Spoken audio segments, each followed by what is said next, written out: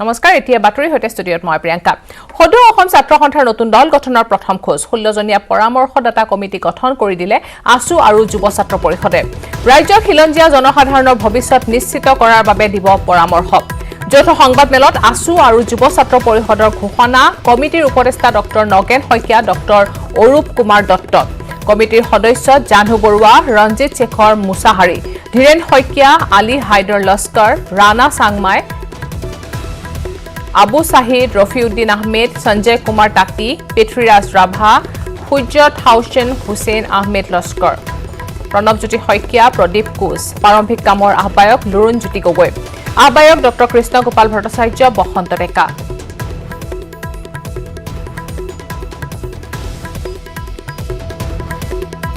সদৌ অসম ছাত্ৰ সন্থাৰ নতুন দল গঠনৰ প্ৰথমটো খোজ 16 জনীয়া পৰামৰ্শদাতা কমিটি গঠন কৰি দিলে আসু আৰু যুৱ ছাত্ৰ পৰিষদে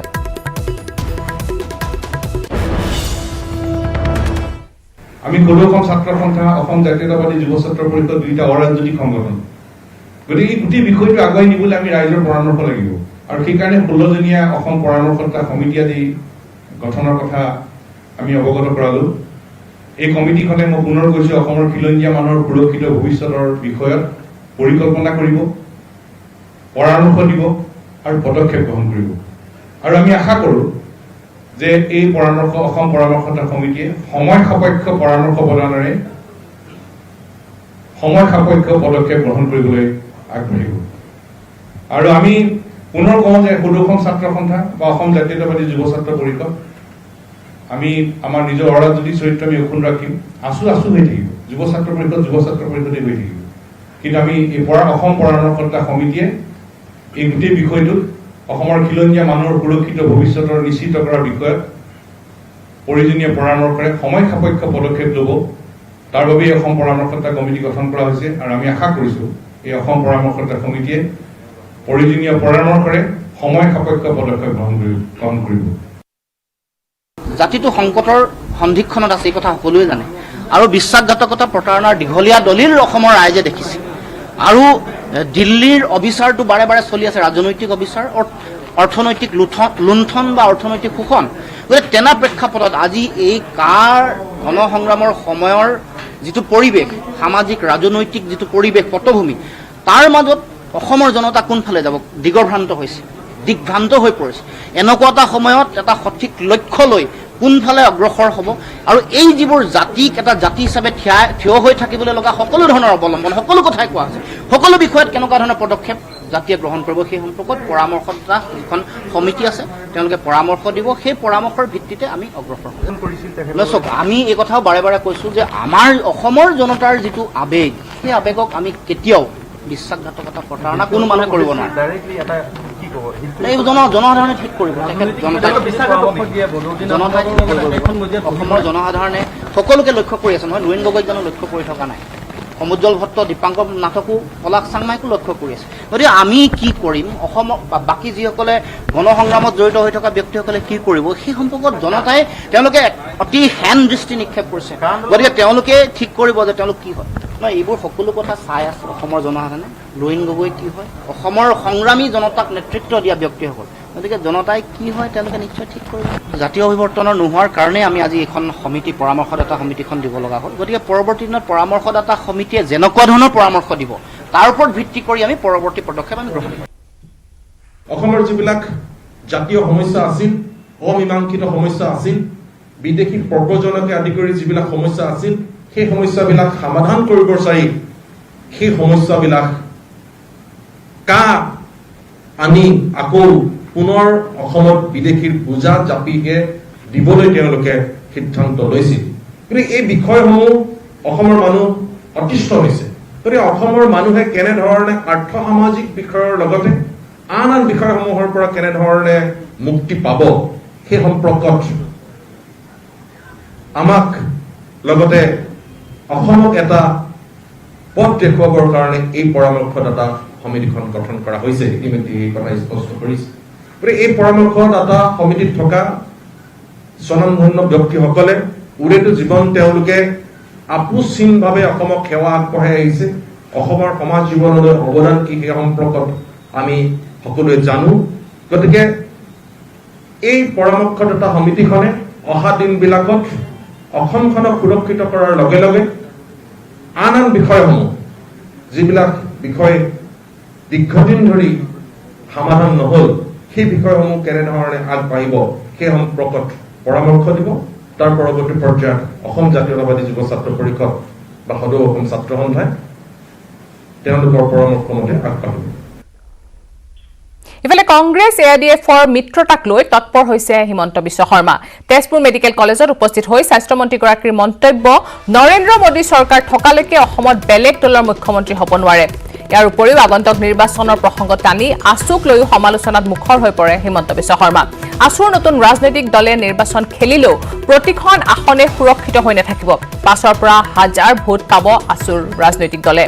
আছু প্ৰাৰ্থীৰ আমানত ধন বাজেয়াপ্ত হ'ব বুলিও কটাক্ষ কৰে মন্ত্ৰী হিমন্ত বিশ্ব শৰ্মাই। প্ৰধানমন্ত্ৰী ডাঙৰীয়াৰ নেতৃত্বত সুবিশাল ভাৰত, বিকশিত ভাৰতৰ কাৰণে মানুহে ভোট দিব। মুখ্যমন্ত্ৰী কোনোবা এজন হৈ যাব, সেইটো কি ডাঙৰ কথাটো হ'ল? মই প্ৰথম ইলেকশ্যনৰ সিদ্ধান্তটো লওঁ না, ইলেকশ্যন উঠো নুঠো সেইটো সিদ্ধান্ত লৈ লওঁ। আজমল মুখ্যমন্ত্ৰী হওক, আজমল প্ৰধানমন্ত্ৰী হওক, সেইটো তেওঁলোকৰ কথা। কিন্তু এই মুহূৰ্তলৈকে আমাৰ এটাই কথা যে নৰেন্দ্ৰ মোদী থকালৈকে অসমত বেলেগৰ জেগাটো ক'ত আছে? এইটো সপোনততো চব হ'ব পাৰে নহয়। আজমলৰ লগত মিত্ৰতা কৰিলে মই ভাল পাব লাগিব। আৰে মোৰোতো ধৰ্ম জাতি বুলি কিবা এটা আছে নহয়, তেওঁলোকৰ ধৰ্ম জাতি নাই, মোৰো ধৰ্ম জাতি নোহোৱা হ'ব নেকি? তেওঁলোকেতো চব বাদ দিছে, সেইবুলি আমি বাদ দিম নেকি চব? প্ৰত্যেকটো চিটতে ছিকিউৰিটি লষ্ট হ'ব। প্ৰত্যেকটো চিটতে ইলেকশ্যনৰ পিছত ৰিজাল্ট দিয়া দিনাখন মোক সুধিব কোনটো চিটত ছিকিউৰিটি থাকিলে। যি নতুন দল হ'ব প্ৰত্যেকটো চিটতে ছিকিউৰিটি নোহোৱা হ'ব। বৰচলা, ঢেকীয়াজুলি, শোণিতপুৰ ক'তো ছিকিউৰিটি নাথাকিব। ইলেকশ্যনৰ দিনাখন ৰাতিটো ইণ্টাৰভিউ লয়, সিদিনাখন এই কেছেটটো ৰাখি দিয়ক আৰু সিদিনাখন বজাই দিব। নাথাকেই। কোনোবা চিটত ২,০০০, কোনোবা চিটত ১৫০০, কোনোবা চিটত ১৭০০, কোনোবা চিটত ১১০০ এনেকুৱা পাব। আৰু বিশিষ্ট বুদ্ধিজীৱী থাকিলেতো আৰু কম পাব। আৰে বাবা, ফ্ৰাষ্ট্ৰেটেড হওঁ কিবা হওঁ, প্লাজমাও চলাই আছোঁ, কিবাও চলাই আছোঁ, মোৰ দৰে মুখখনক দেখি যদি মানুহৰ ফ্ৰাষ্ট্ৰেটেড যেন লাগে, তেতিয়াহ'লে আচল ফ্ৰাষ্ট্ৰেটেড মানুহবিলাকৰ মুখকেইখন কেনেকুৱা হ'ব? এই মুহূৰ্তৰ ব্ৰেকিং নিউজ। সুশান্ত কাণ্ডৰ চিবিআইক তদন্তৰ দায়িত্ব দিলে উচ্চতম ন্যায়ালয়ে। আজি উচ্চতম ন্যায়ালয়ে দিলে এই নিৰ্দেশনা। মুম্বাই পুলিচক চিবিআইক সহযোগ কৰিবলৈ নিৰ্দেশ দিছে এছচিৰ। বিহাৰ আৰক্ষীয়ে ৰুজু কৰা গোচৰ বৈধ স্পষ্ট কৰি দিলে উচ্চতম ন্যায়ালয়ে। সুশান্তৰ মৃত্যুৰ যিকোনো গোচৰ তদন্ত কৰিব পাৰিব চিবিআই। সুশান্ত কাণ্ডৰ চিবিআইক তদন্তৰ দায়িত্ব দিলে উচ্চতম ন্যায়ালয়ে। আজি উচ্চতম ন্যায়ালয়ে দিলে এই নিৰ্দেশনা। মুম্বাই পুলিচক চিবিআইক সহযোগ কৰিবলৈ নিৰ্দেশ দিছে এছচিৰ। বিহাৰ আৰক্ষীয়ে ৰুজু কৰা গোচৰ বৈধ, এই কথা স্পষ্ট কৰি দিলে উচ্চতম ন্যায়ালয়ে। সুশান্তৰ মৃত্যুৰ যিকোনো গোচৰ তদন্ত কৰিব পাৰিব চিবিআইয়ে।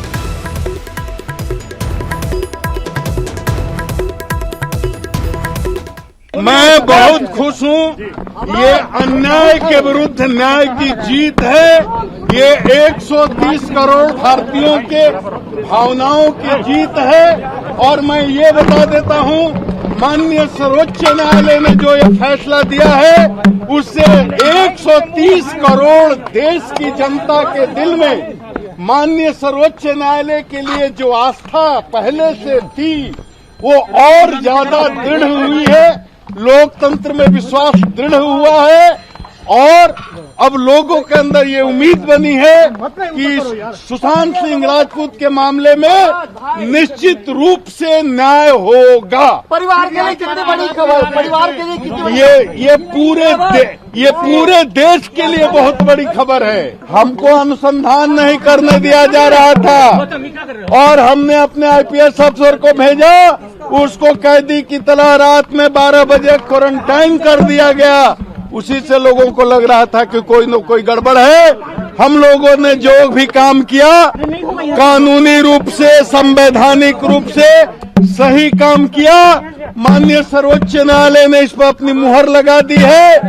हम लोग इसमें आगे यही उम्मीद करते हैं कि लोगों को धीरज के साथ इंतजार करना चाहिए। नतीजा आएगा, निश्चित आएगा, क्योंकि ये केवल एक आदमी की लड़ाई नहीं है, एक परिवार की लड़ाई नहीं है, ये गुप्तेश्वर पांडे की कोई व्यक्तिगत लड़ाई नहीं है, ये हिंदुस्तान की 130 करोड़ जनता जो न्याय चाहती है उसकी लड़ाई है। रिया में कुछ कमेंट्स किए थे मुख्यमंत्री नीतीश कुमार। बिहार के मुख्यमंत्री पर कमेंट करने की औकात रिया चक्रवर्ती की नहीं है। जी, उसने कुछ किए थे, उसको रिया चक्रवर्ती की औकात नहीं है बिहार के मुख्यमंत्री पर टिप्पणी करने की, कमेंट। नीतीश जी, न्यूज 18 से बात करने के लिए बहुत बहुत धन्यवाद। पहले तो बहुत बहुत बधाई हो, चाहे वो सुशांत सिंह के परिवार हो या बिहार के लोग हों, वो सब जो है वो क्रेडिट आपको दे रहे हैं कि नीतीश कुमार के इंटरवेंशन के बाद जो है ये मामला न्याय मिल पाया परिवार को। देखिए, आज जो माननीय सर्वोच्च न्यायालय का फैसला है उससे ये स्पष्ट हो गया कि बिहार में जो कुछ भी किया गया और बिहार पुलिस ने जो केस दर्ज किया और उसके बाद जो जांच शुरू किया और बाद में जब सुशांत जी के पिताजी की सहमति मिल गई तो हम लोगों ने सीबीआई को रेफर किया और सीबीआई ने इसको स्वीकार कर लिया। तो आज तो माननीय सर्वोच्च न्यायालय के फैसले से हो गया कि जो कुछ भी किया गया वो बिल्कुल ही विधि सम्मत था, कानून के मुताबिक था और अब मुझको पूरा का पूरा भरोसा है कि न्याय मिल पाएगा। और सिर्फ परिवार या बिहार के लोग ही नहीं, हमने तो देखा है कि देश भर में बहुत बड़ी संख्या में लोगों की इनके प्रति बहुत सहानुभूति थी और लोगों को बहुत बुरा लगा है जो कुछ भी घटना घटी है। इसलिए सब लोगों की इच्छा थी इसकी ठीक ढंग से जांच हो ताकि न्याय मिले, सच्चाई सामने आए। जी, ये सुप्रीम तो पूरा भरोसा हमको है। जी, सुप्रीम कोर्ट का फैसला तो आया, लेकिन इसके फैसला आने से पहले बड़े गंभीर आरोप लगा रहे थे महाराष्ट्र सरकार के लोग और उनके एमपी की आपने राजनीतिक फायदे के लिए किया है, आपका हक नहीं बनता था, आपका जुरिडिक्शन नहीं था वहां पे, उसके बाद भी आपने बिहार पुलिस को लगा दिया इस काम में। तो अब तो आज सुप्रीम माननीय सर्वोच्च न्यायालय के फैसले के पता चल गया ना कि जो वो बोल रहे थे बिल्कुल गलत बोल रहे थे। और हम तो कभी नोटिस नहीं लेते हैं ऐसी चीजों का, इसका राजनीति से कोई रिश्ता नहीं, इसका सीधा का सीधा रास्ता न्याय से है।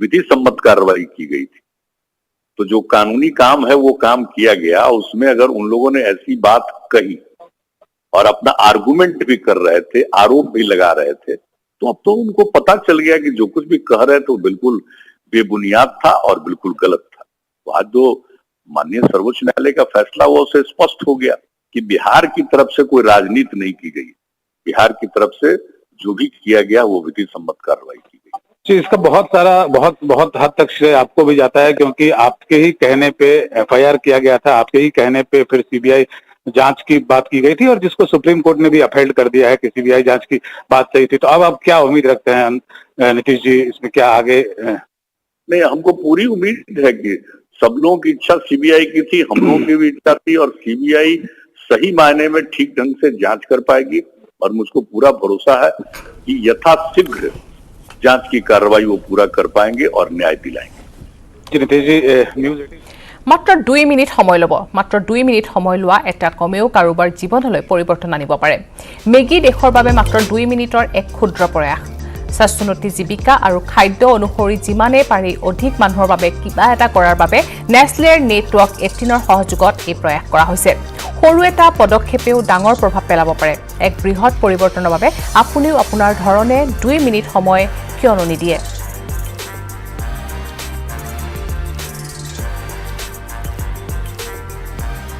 বাতৰি পৰৱৰ্তী অংশলৈ যোৱাৰ আগতে এতিয়া লৈছো এটা সৰু বিৰতি। আবেলি খবৰ। মৰিয়নিৰ চৈকতা চাহ বাগিচাত উত্তপ্ত পৰিস্থিতিৰ সৃষ্টি হৈছে। চাহপাত কঢ়িওৱা বাহনৰ খুন্দাত নিহত হৈছে এজন শ্ৰমিক। নিহত শ্ৰমিকজনৰ নাম হৈছে সঞ্জীৱ তাছা। দুৰ্ঘটনাৰ পিছতে উত্তেজিত হৈ পৰে বাগিচাৰ শ্ৰমিকসকল। দুৰ্ঘটনা সংঘটিত কৰা বাহনখনৰ চালকক আবদ্ধ কৰা হৈছে। বাগিচাৰ পৰিচালককো আবদ্ধ কৰিছে উত্তেজিত শ্ৰমিকে। ঘটনাস্থলীত আৰক্ষী আৰু অৰ্ধ সামৰিক বাহিনী মুতায়ন কৰা হৈছে। এক ব্ৰেকিং নিউজ। মৰিয়নিৰ চৈকতা চাহ বাগিচাত উত্তপ্ত পৰিস্থিতিৰ সৃষ্টি হৈছে। চাহপাত কঢ়িওৱা বাহনৰ খুন্দাত এজন শ্ৰমিক নিহত হৈছে। নিহত শ্ৰমিকজনৰ নাম হৈছে সঞ্জীৱ তাছা। আৰু দুৰ্ঘটনাৰ পিছতে উত্তেজিত হৈ পৰিছে বাগিচাখনৰ শ্ৰমিকসকল। দুৰ্ঘটনা সংঘটিত কৰা বাহনখনৰ চালকক আবদ্ধ কৰি ৰখা হৈছে। বাগিচাৰ পৰিচালককো আবদ্ধ কৰি ৰাখিছে উত্তেজিত শ্ৰমিকসকলে আৰু ঘটনাস্থলীত আৰক্ষী অৰ্ধসামৰিক বাহিনীক ইতিমধ্যে মুতায়ন কৰা হৈছে।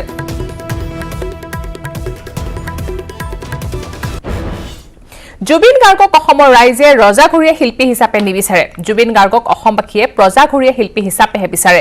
গোলাঘাটত এই মন্তব্য কৃষক মুক্তি সংগ্ৰাম সমিতিৰ কেন্দ্ৰীয় সাধাৰণ সম্পাদক ধৈৰ্য কোঁৱৰৰ। গোলাঘাটৰ টেঙানীত কৃষক মুক্তি সংগ্ৰাম সমিতিৰ কাৰ্যনিৰ্বাহক সভাত অংশ লৈ এই মন্তব্য কৰে ধৈৰ্য কোঁৱৰে।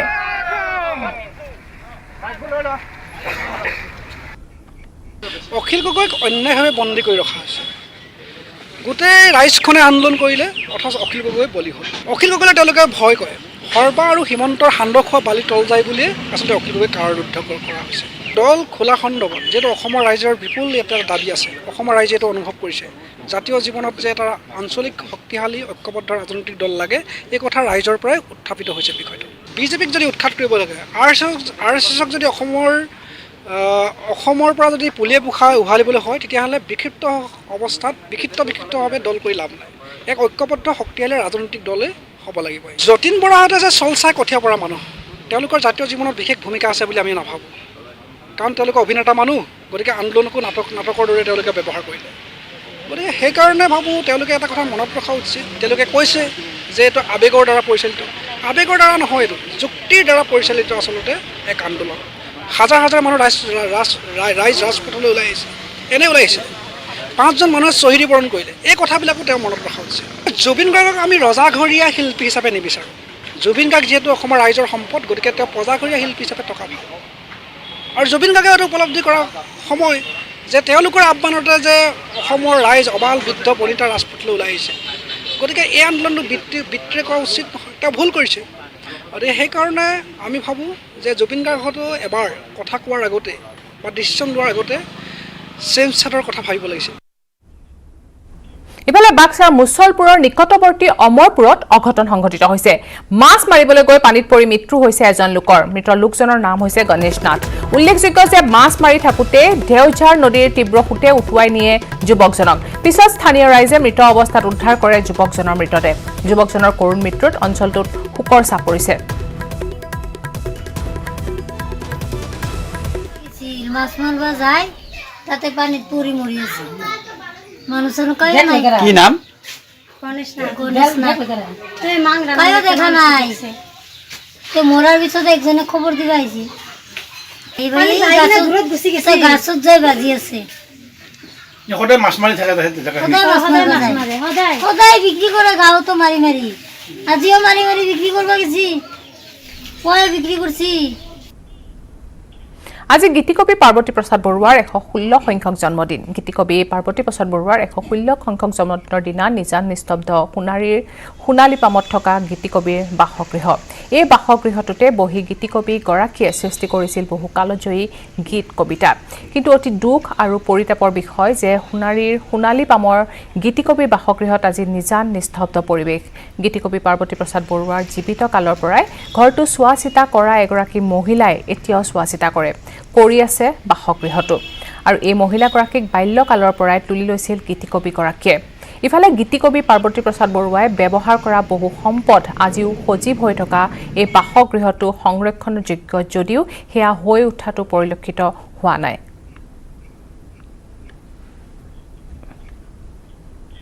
ৰাজ্যৰ অন্যান্য প্ৰান্তৰ লগতে বাক্সাটো গৰিয়া মৰিয়া দেশী জাতীয় পৰিষদৰ ধৰ্ণা।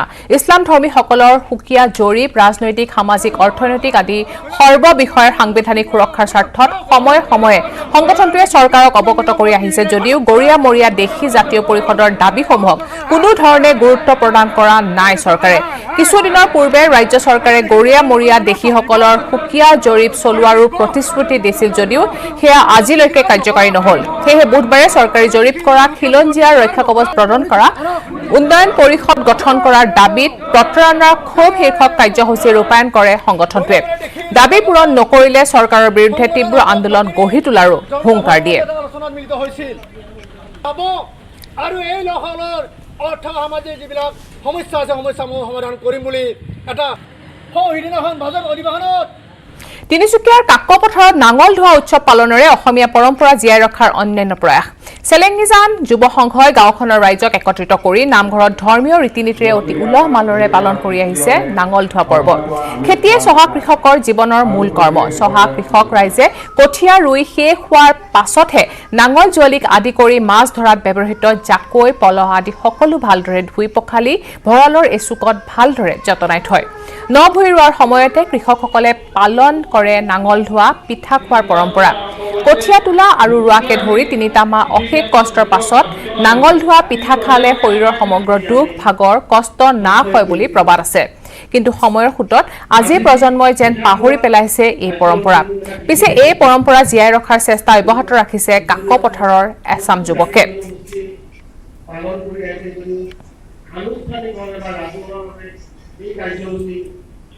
তিনিচুকীয়া জিলাত ভয়াৱহ ৰূপ ধাৰণ কৰিছে কোভিড-19 এই পৰ্যন্ত তিনিচুকীয়াত কোভিড পজিটিভৰ সংখ্যাই 4000 পাৰ কৰিছে জিলাখনত মৃত্যু হৈছে 44 জন লোকৰ তিনিচুকীয়া জিলা কাৰাগাৰত শতাধিক কয়দীৰ দেহত পোৱা গৈছে কৰোনা ভাইৰাছ জিলা কাৰাগাৰত সুকীয়াকৈ কোভিড কেয়াৰ চেণ্টাৰৰ ব্যৱস্থা কৰিছে স্বাস্থ্য বিভাগে লগতে আক্ৰান্ত হোৱা কয়দীৰ বাবে দুজনকৈ চিকিৎসক আৰু নাৰ্ছৰো ব্যৱস্থা কৰিছে কাৰাগাৰ কৰ্তৃপক্ষই কৰোনাৰ লক্ষণ পোৱা কয়দীক তিনিচুকীয়া অসামৰিক চিকিৎসালয়লৈ প্ৰেৰণ কৰা হৈছে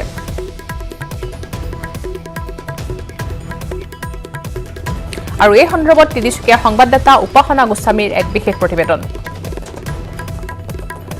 দিনক দিনে বৃদ্ধি পাইছে কোভিড-19ৰ যি সংক্ৰমণ তাৰ লগতে তিনিচুকীয়াটো বৰ্তমান ভয়াৱহ ৰূপ লৈছে কোভিড-19 গণসংক্ৰমণ বাঢ়িছে ইতিমধ্যে তিনিচুকীয়া জিলাত 4000তকৈ অধিক লোক ইতিমধ্যে কোভিড-19ত আক্ৰান্ত হৈছে তাৰ লগতে মৃত্যু ঘটিছে প্ৰায় 40 জনতকৈ অধিক লোকৰ আৰু সেয়াই বৰ্তমান সকলো লোক ইতিমধ্যে আতংকিত হৈ আছে আৰু শেহতীয়া খবৰ যি তিনিচুকীয়া জিলাৰ কেন্দ্ৰীয় কাৰাগাৰ যি আছে কাৰাগাৰত ইতিমধ্যে 100তকৈ অধিক কয়দীৰ দেহত কোভিড-19 ধৰা পৰিছে ফলত তেওঁলোকৰ বাবে কোভিড কেয়াৰ চেণ্টাৰ আছুতীয়াকৈ নিৰ্মাণ কৰা হৈছে কাৰাগাৰৰ ভিতৰতে আৰু তেওঁলোকক আছুতীয়াকৈ ৰখা হৈছে যাতে কোনো বেলেগ যিটো কয়দী যিটো সকলো একেলগে থাকে বা তেওঁলোকৰ লগত যি সংক্ৰমণ যিটো বাঢ়িব তাৰ বাবে তেওঁলোকে প্ৰতিকাৰৰ বাবে কিছু তেওঁলোকে সুৰক্ষাৰ দিশ কিছু চাই পিনে ইয়াত নিৰ্ণয় লোৱা হৈছে আৰু মোৰ লগত বৰ্তমান এছিষ্টেণ্ট জেলাৰ উপস্থিত আছে তেখেতৰ পৰা আমি কিছু কথা জানিব বিচাৰিম কেনেধৰণৰ ব্যৱস্থা ইয়াত গ্ৰহণ কৰা হৈছে আপুনি অকণমান জনাব নেকি বাৰু জেলত হয় আমাৰ মানে 12 আৰু 13 তাৰিখে